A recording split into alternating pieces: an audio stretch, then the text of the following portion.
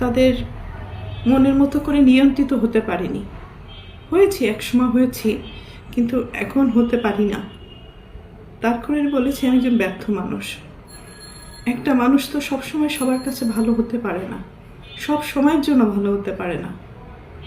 আমি যখন ইনকাম করেছি, দু হাতে দিতে পেরেছি, লুটাতে পেরেছি, তখন আমি আমার পরিবারের কাছে অনেক প্রিয় একজন মানুষ ছিলাম। এখন দিতে পারি না, হয়তো তাদের প্রয়োজন অনুযায়ী, যার কারণে আমি এখন তাদের কাছে গলার কাটা, শত্রু এবং অপছন্দের একজন মানুষ। দীর্ঘ 2 দিন যাবৎ আমি আসলে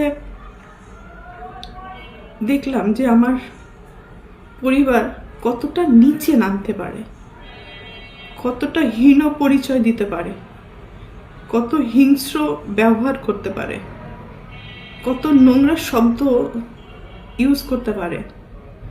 সাথে আমার মিডিয়া, তারাও আমার একসময় চলার পথের সঙ্গী হিসাবে কাজ করেছে।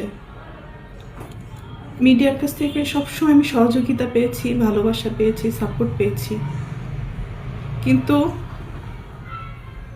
আমার পরিবারের কয়েকটা মানুষের মিথ্যা কিছু কথাবার্তা, মিথ্যা অভিনয়, মিথ্যা নাটক, মিথ্যা অভিযোগ বলার সাথে সাথে যে মানুষগুলো আমাকে সব থেকে বেশি চেনার কথা, জানার কথা, সাপোর্ট করার কথা, সেই মানুষগুলো ওই মানুষগুলো আমার পরিবারের মানুষগুলোর কথা অনুযায়ী আমাকে ভুলভাবে